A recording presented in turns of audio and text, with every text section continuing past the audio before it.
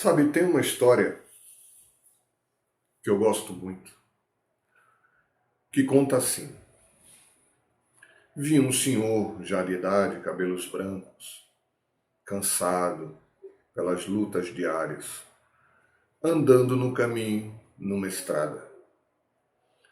Ele vinha levando pelas rédeas um jumentinho.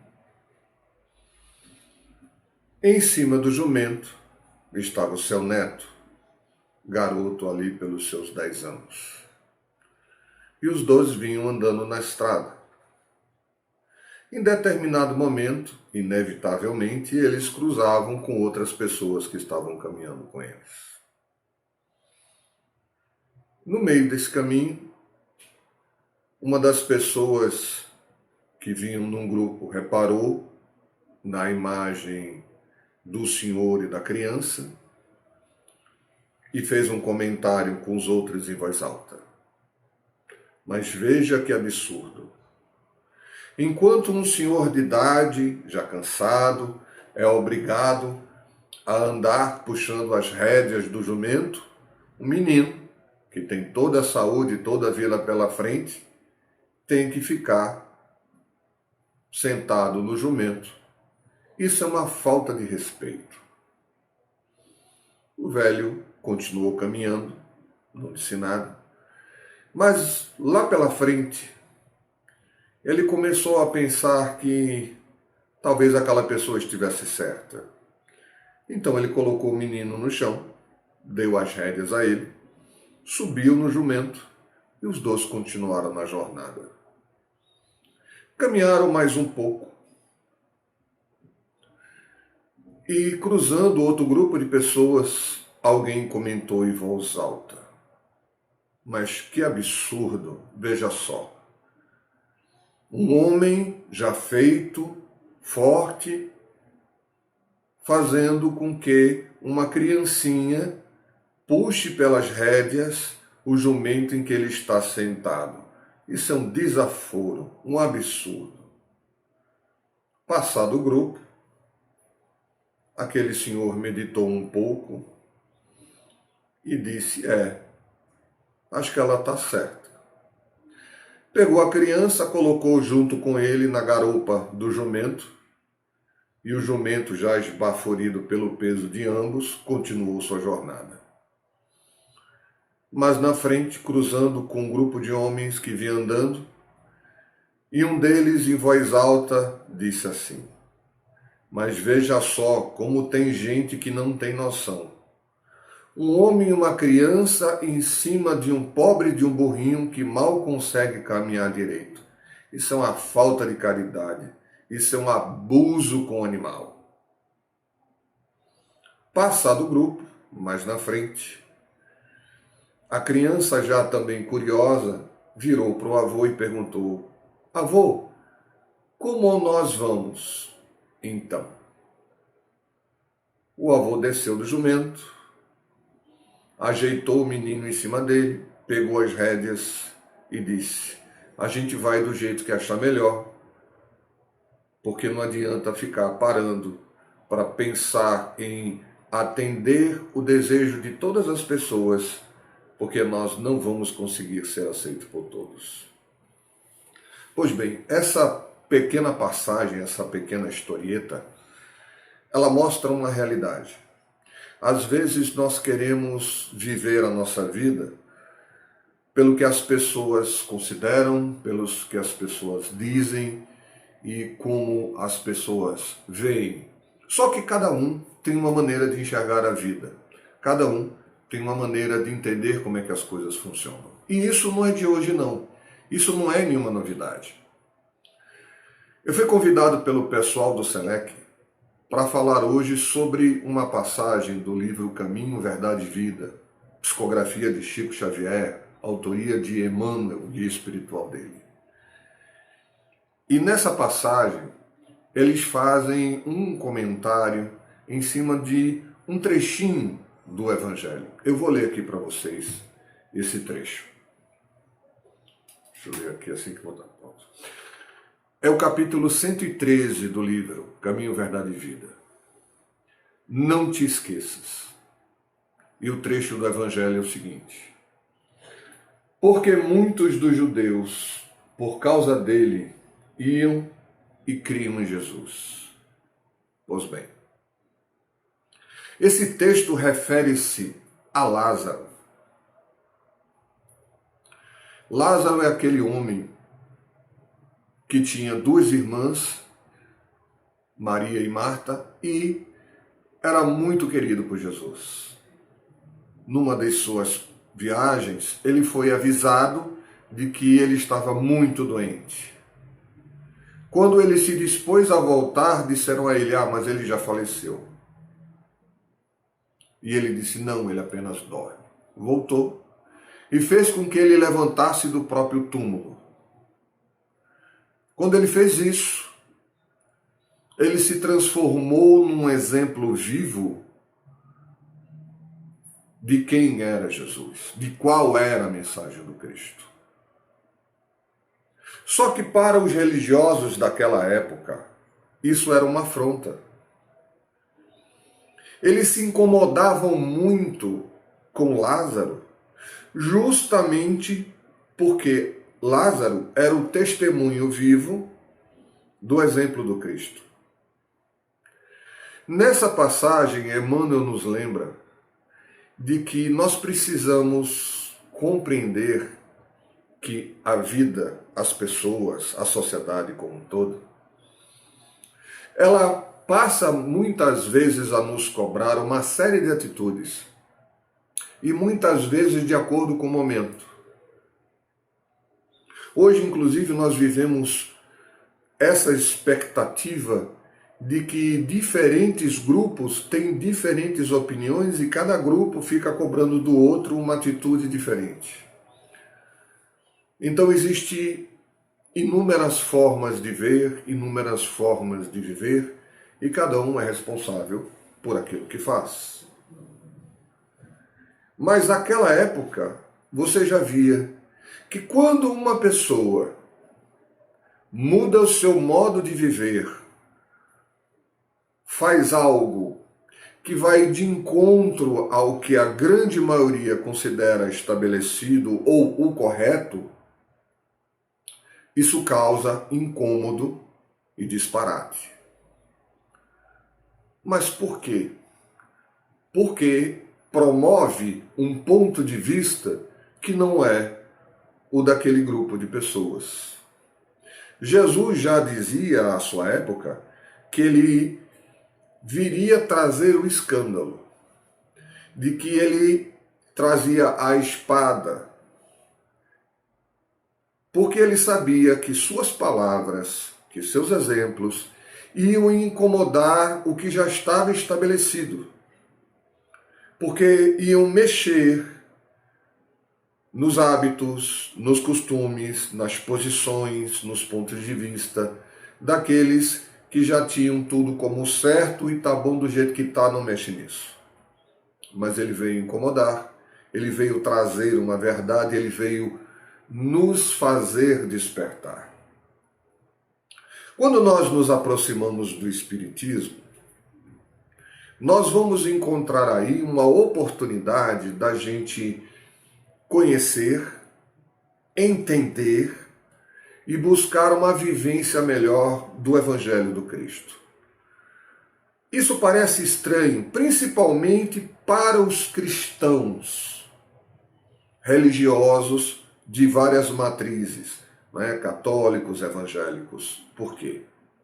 Porque o Espiritismo não nos liga à religião católica ou à visão evangélica dessa religião. Ele nos liga ao Cristo. Então nós nos consideramos cristãos porque nós seguimos Jesus, não porque seguimos a tradição ou a interpretação daquilo que foi dito, que constitui, então, a Igreja Católica ou as diferentes igrejas cristãs que existem.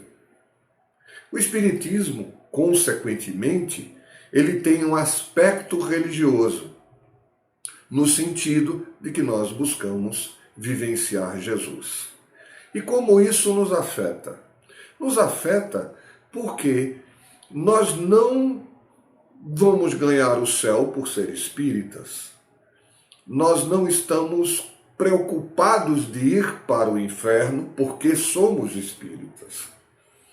Para nós, o céu, o inferno, ou o que quer que se diga, é uma questão de foro íntimo. É como você vive, é como você se sente, porque nós estaremos no plano espiritual assim como nós estamos no plano físico.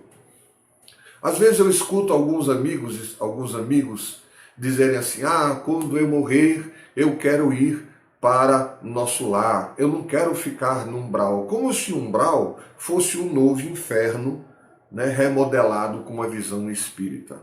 E não é. O umbral nada mais é do que a união de mentes em desequilíbrio, que se agrupam. Então, estará no umbral em sofrimento e em desequilíbrio, que não é um lugar circunscrito, não é uma posição definida, é simplesmente várias pessoas juntas em qualquer lugar. Desde que com o mesmo pensamento, os mesmos sentimentos e as mesmas ideias. Aí nós precisamos nos perguntar: onde está atualmente o nosso sentimento, o nosso pensamento e as nossas ideias? Nos sentimentos ideais de renovação de nosso lar, porque nosso lar está dentro do umbral. Ou em desequilíbrio suficiente para que durante o nosso sono físico, quando deixamos o nosso corpo descansando, nós entremos em sintonia com aqueles que estão em desequilíbrio e sofrimento no umbral. Então nós já vivemos essa realidade ou precisamos mudar ela. Por isso nós não estamos preocupados de ir para o céu ou para o inferno, porque nós temos a consequência de entender o que é a reencarnação. E a consequência é sabermos que somos responsáveis por nossos atos. Nós precisamos viver de acordo com aquilo em que cremos. Então o Espiritismo não nos pede para sermos o que não somos, para de repente nos transformarmos em mártires, em heróis. Não, ele nos pede para buscarmos melhorar. Assim como Jesus nos ensinava, tentar fazer aos outros o que nós gostaríamos que os outros nos fizessem. Amar a criatura como amamos ao Criador. Então é um exercício prático, baseado na razão, na compreensão das leis divinas. E à medida que nós vamos adentrando essa visão, que é a visão espírita, nós compreendemos que nós somos um grande somatório.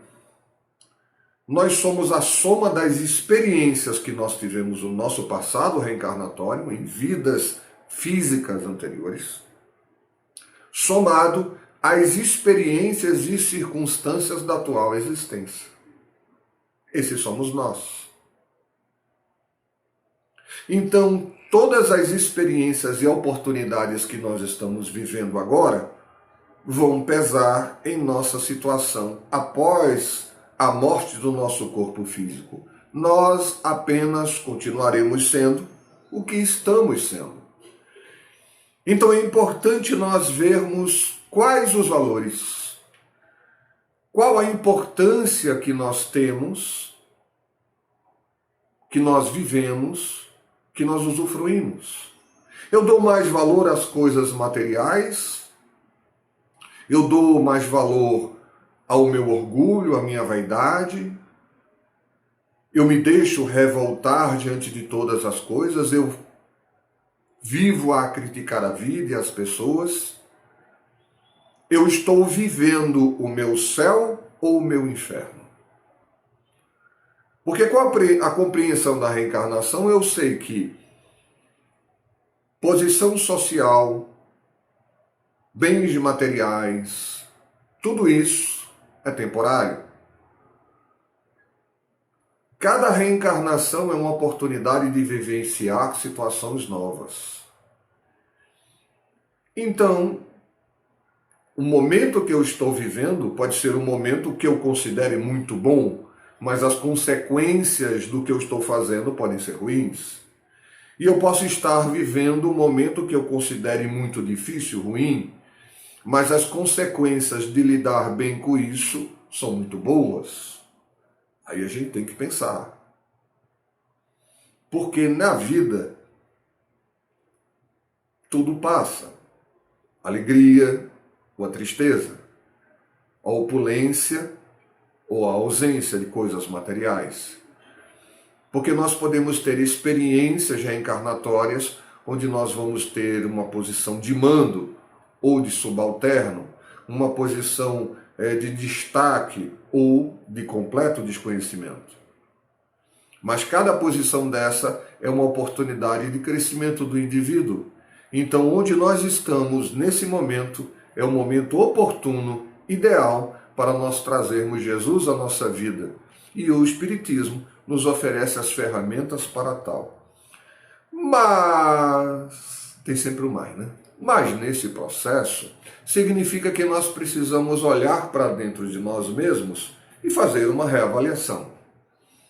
Já nos diz o Livro dos Espíritos que uma das melhores maneiras de nós evoluirmos é exercitarmos o conhece-te a ti mesmo. Ou seja, se eu consigo fazer uma análise de mim mesmo e reconhecer os meus pontos fortes, os meus pontos fracos, eu posso melhorar, renovar atitudes e me tornar uma pessoa cada vez melhor. Um passo de cada vez, porque não dá para de repente se tornar uma pessoa iluminada, fantástica, maravilhosa, não.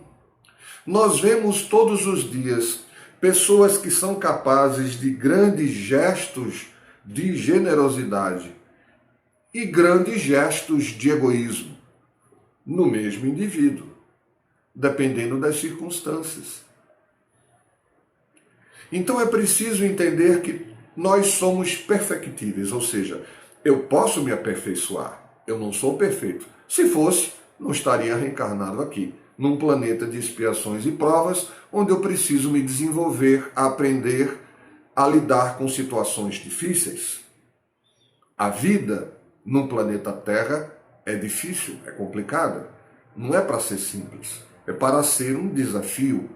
E cada época, cada momento, desafios diferentes, situações novas para enfrentar. E tudo passa.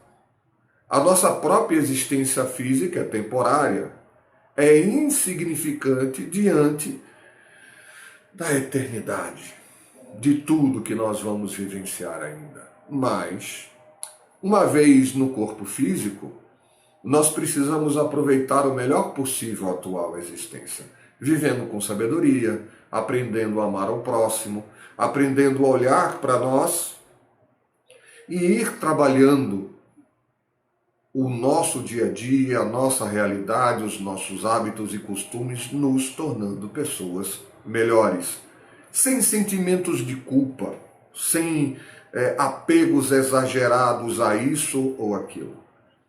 Aprendendo que nós precisamos sempre estar crescendo, estudando, desenvolvendo, porque nós somos falhos. Se errarmos, o que nós vamos fazer? Vamos observar em que erramos, por que erramos, quais foram as nossas motivações, quais são os nossos apegos desnecessários. Com base nisso, a gente vai mudando, a gente vai crescendo, vamos aprendendo a enfrentar os desafios do dia a dia sem emprestar a eles um peso e uma importância que eles não têm. Muitas vezes, grande parte do nosso sofrimento e desespero está em dores e dificuldades que não são tão grandes assim. Não são tão grandes, não são tão importantes. Nós é que nós é que costumamos dar uma importância desmedida a determinadas coisas. Como, por exemplo, se nós recebemos uma ofensa gratuita e nós fazemos disso um grande caso, o problema não é a ofensa. O problema é o nosso orgulho que não admite ser ofendido. É a nossa visão de nós mesmos que acha que os outros devem ter a melhor imagem possível de nós. E a gente sabe que assim não funciona como na história que contamos. Cada um vai olhar para nós do ponto de vista do seu entendimento. E nem todo mundo vai gostar do jeito que nós somos. Paciência. Não vamos agradar todo mundo. Jesus não agradou, quanto mais nós. Mais uma coisa interessante. À medida que a gente vai crescendo e se desenvolvendo, à medida que a gente vai reparando naquilo que a gente precisa melhorar, a gente vai mudando certos aspectos da nossa existência, atitudes, hábitos, a gente vai substituindo vícios por situações melhores, vamos abandonando determinadas atitudes. Consequentemente, as pessoas que orbitam, né, que circulam a nossa vida, começam a reparar nessas mudanças. E como nós vamos abandonando certas atitudes e vamos tentando criar novos hábitos, isso incomoda. Assim como os fariseus se incomodavam pela existência e a presença de Lázaro, que constantemente lhes lembrava a realidade de quem era o Cristo e do que ele poderia fazer, e o peso de suas palavras. A nossa mudança arranha a visão pessoal, mesmo que inconsciente, das pessoas que estão à nossa volta, que ainda não despertaram para essa compreensão. Isso incomoda, irrita. E hoje vivemos um momento em que o simples fato de você se denominar religioso ou cristão, muitas vezes é visto como uma coisa preconceituosa ou como uma coisa retrógrada. Infelizmente, muitos indivíduos utilizaram-se da religião para julgar, condenar e até matar pessoas. Sim, é verdade. Mas isso não é uma questão da religião, é uma questão do religioso. Então o fato de eu me autodenominar espírita não faz de mim uma pessoa melhor. Eu estou dizendo que eu estou tentando vivenciar o máximo possível o conhecimento que eu adquiro pelo Espiritismo. Da mesma forma que eu me digo cristão, porque eu tento o máximo possível vivenciar os ensinamentos do Cristo. Mas eu erro e tento corrigir meus erros. Só que as pessoas que estão à nossa volta tendem, principalmente família, tendem a exigir de nós uma santidade que nem elas têm. Mas como a nossa mudança vai acontecendo e vai incomodando, elas muitas vezes pressionam. Não é você que se diz espírita? Não é você que é cristão? Como você tem uma atitude dessas? Eu disse, como você tem. Eu erro, mas eu melhoro. E entenda, ser cristão, ser bom, não é ser conivente com o que está errado. É entender o erro e entender a situação em que a pessoa está errando, não ficando com raiva do indivíduo e esclarecendo a respeito do seu erro, sem transformar isso num cavalo de batalha, num bicho de 7 cabeças. Essa é a posição, na minha humilde opinião, do cristão. Ele não precisa aceitar o errado, mas ele precisa compreender quem erra. Isso é importante dizer, porque muitas vezes nós espíritas nos sentimos chateados porque somos assediados de uma forma ou de outra, principalmente família, por aqueles que têm uma religiosidade diferente da nossa. Muitos cristãos evangélicos não aceitam a visão espírita, que é um direito que lhes assiste. Eles aprenderam de uma forma diferente da nossa. Para nós, não basta simplesmente a crença, porque nós nos baseamos principalmente no raciocínio, na lógica, na razão, na fé raciocinada, como já nos dizia Kardec. Então a forma como nós enxergamos é um pouco diferente. Por isso que nós não aceitamos tudo, analisamos, estudamos, observamos.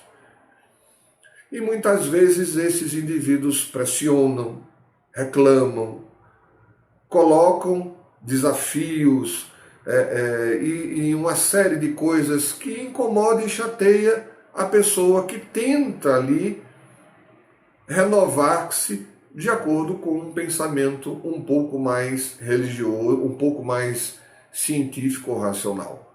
Mas não tem problema, você precisa entender que aquela pessoa, na maioria das vezes, faz isso porque ela crê que está lhe fazendo um bem, discordando de você. Como você tem o direito de discordar dela, dê a ela o direito também de não concordar com tudo o que você diz. E compreenda, nem todo mundo vai entender a maneira como você vê as coisas. Então, assim como o nosso amigo Lázaro acabou inevitavelmente sendo exemplo e sendo porta-voz indireto das palavras do Cristo, nós somos convidados a dar o nosso testemunho. O nosso holocausto pessoal, né, o nosso momento de grande luta e dor, não é ir para o circo, ser comido pelos animais ou ser colocado numa cruz, mas é dar o testemunho cotidiano da nossa melhora como indivíduos. E mesmo quando nós não conseguirmos estar à altura dos ensinamentos do Cristo, porque somos falhos, somos imperfeitos, estamos aqui justamente para crescer, mas tenhamos a certeza de deixar bem claro que sabemos que erramos, peçamos perdão, vamos olhar o que nos faltou e vamos trabalhar para nos tornar uma pessoa melhor. Com muita paciência. Porque, por exemplo, perdoar não é simples. Perdoar não é só esquecer, deixar para lá. Perdoar é não guardar mágoa nem desejo de vingança contra ninguém. Porque no momento em que eu guardo a mágoa, no momento em que eu guardo esse sentimento ruim em relação ao outro, eu faço mal a mim mesmo, não ao outro. Eu estou me condenando a carregar esse sofrimento que não é meu. Ah, mas ele me ofendeu. É verdade? Não. Problema dele. Ah, é verdade? Ótimo. Aceite aquilo como um conselho, uma crítica construtiva e se melhore. Ah, mas ele não podia ter feito isso comigo. Podia, porque ele não tem a compreensão que você agora tem. Então, a melhor forma, na grande maioria das vezes, de testemunharmos, principalmente junto aos nossos irmãos religiosos, é pelo exemplo, pela vivência. Eles podem até não aceitar, mas vão acabar compreendendo que as nossas ações se baseiam no mesmo amor, na mesma dedicação e no mesmo carinho que Cristo tem por eles e tem por nós. Que nós nos baseamos na mesma lei de amor, na mesma lei de justiça que o Cristo nos ensinou. E principalmente, a nossa visão é uma visão realista, que não pode se prender a uma vida única. Tudo passa. A dor, a dificuldade, a alegria, tudo vai passar. Vamos tentar vivenciar cada coisa dando o devido valor, sem exageros, compreendendo que, por mais que seja difícil uma situação, tem solução. tem uma razão de ser. Vamos buscar essa solução. Se não conseguirmos sozinho, pedimos ajuda.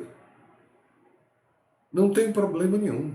Elevamos a nossa voz em prece, pedimos a ajuda ao amigo que sabe mais do que nós, aquele que tem mais segurança do que nós, e juntos, uns com os outros, vamos entendendo que a humanidade é essa coisa maravilhosa que Deus nos deu, essa oportunidade de vivermos coletivamente sem perder a nossa própria individualidade. Então, que Deus possa nos abençoar, que nós possamos ter uma semana maravilhosa, um mês maravilhoso, um ano maravilhoso, uma década fantástica, um grande milênio, porque nós não morremos. Porque não importa as circunstâncias que aconteçam hoje, amanhã ou depois, nós vamos superá-las. Nós vamos aprender com elas. Então não adianta desesperar-se, não adianta irritar-se. Mas se isso acontecer, faz uma prece, pensa no amado Mestre que tanto nos envolve e agradece a Deus a oportunidade de estar reencarnado, enfrentar esses desafios e crescer como indivíduo. Aproveita, estuda o Espiritismo para compreender melhor os porquês que nós temos tantos em nossas vidas. Muita paz, que Deus nos abençoe hoje, agora e sempre. Que assim seja.